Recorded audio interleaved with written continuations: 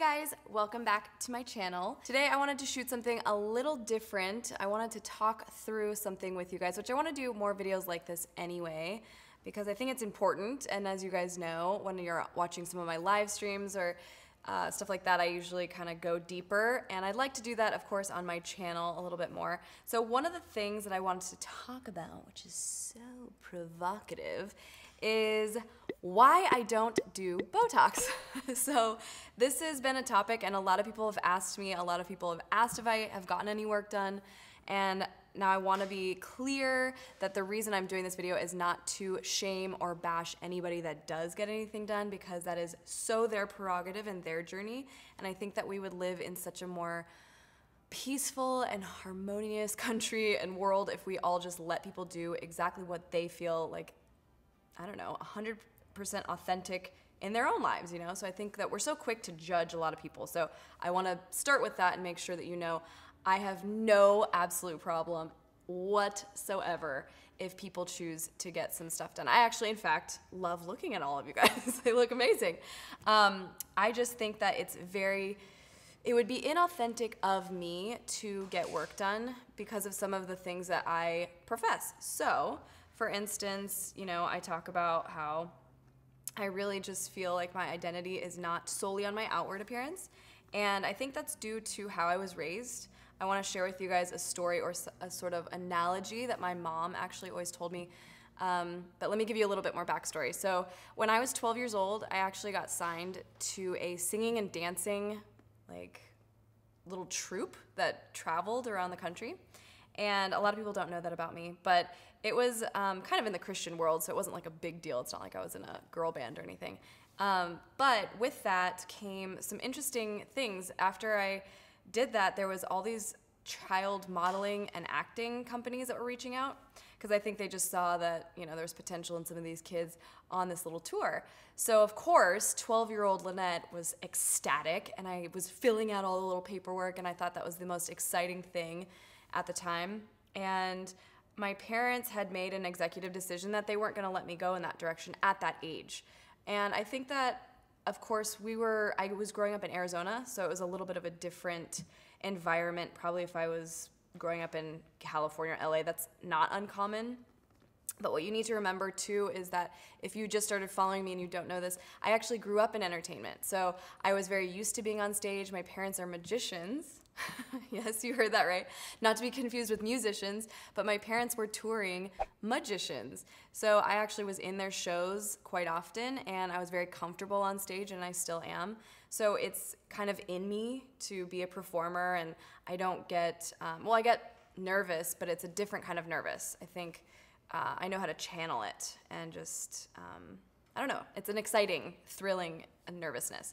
So with that said, the reason that my parents made a decision to not allow me to start in the industry so young was, I think, a wise one, because they saw in my personality that I'm a very hard learner, and I kind of have to, I'm the one that goes by the saying, better to ask for forgiveness than ask for permission. I had that personality, and I think that they saw that they still really wanted to guide me through certain aspects of life at a younger age, rather than just thrust me into the entertainment industry at that stage. So anyway, I think that that was a wise decision, and my mom always said to me starting about that young, she said, Lynette, the reason that we're doing this is because when you look in the mirror, we want you to love who you are and who you see staring back at you at your core. And yes, you want to love your outward beauty, that's a gift, but we really want you to know that your identity should never be in just what you look like. Because, of course, God forbid, but if you were to end up in some sort of tragic accident, or, something were to happen, are you going to want to end it all because your identity was fully in what you looked like on the outside? And so she would give me that analogy and say, I really want you to feel beautiful on the inside too, and I want you to practice what that means in your life. So that might seem weird, I don't know. I mean, I've talked about this with certain friends, and they've gone, oh wow, my parents didn't raise me that way, or I've never even heard that before. So looking back now at 30, at 12-year-old me, that was wisdom. That was gold nuggets that my mom really passed down, which I think came from her mother. And I never have based my identity in outward. And although it's fun, makeup is such a fun tool to just accentuate beauty. I've heard, you've heard me say it on my channel before. I say, let's have fun with this. Let's accentuate the natural beauty that we all have.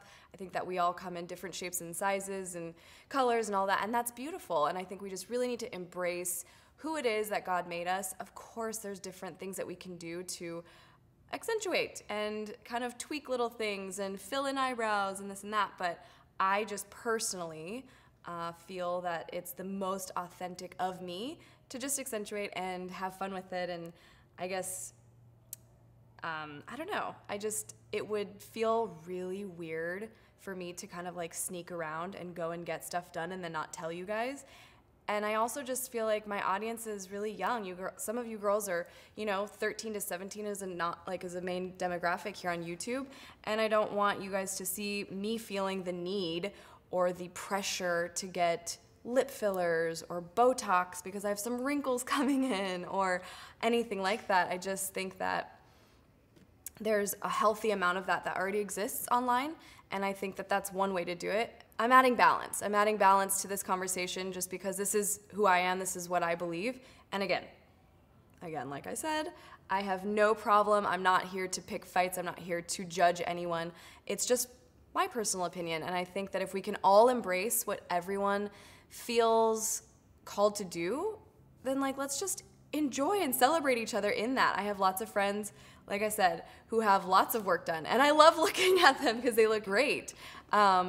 But that's just my 2 cents, and I kind of wanted to share and see what you guys have to say about it. Have you gotten anything done? Do you regret it? What kind of things have you learned?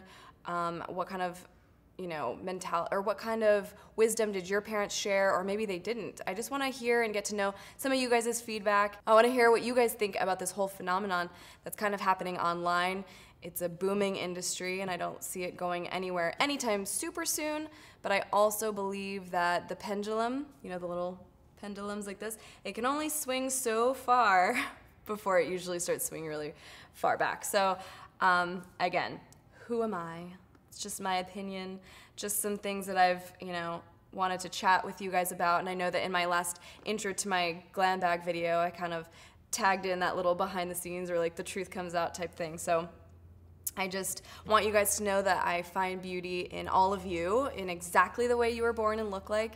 And I think that, I'd be interested to just hear what you guys think and why, and let's just spark conversation. I think that that's what life is all about right now. But again, always knowing that it's to maybe even agree to disagree, and that's okay. There's power in that too. And I think that we all just have many different reasons and paradigms that we're coming from and why we believe the things that we do. But that's all I have to say about that. So I hope you guys enjoyed this video. This is part 1 of actually my next video that's going up. I'm going to tell you now what skincare I do use since I don't get any work done. So leave me some comments below. Let me know what you guys think of all this, and make sure to subscribe if you haven't already and hit that little bell so that you're notified about this next video going up with all the skincare that I have here. I'll see you guys next time.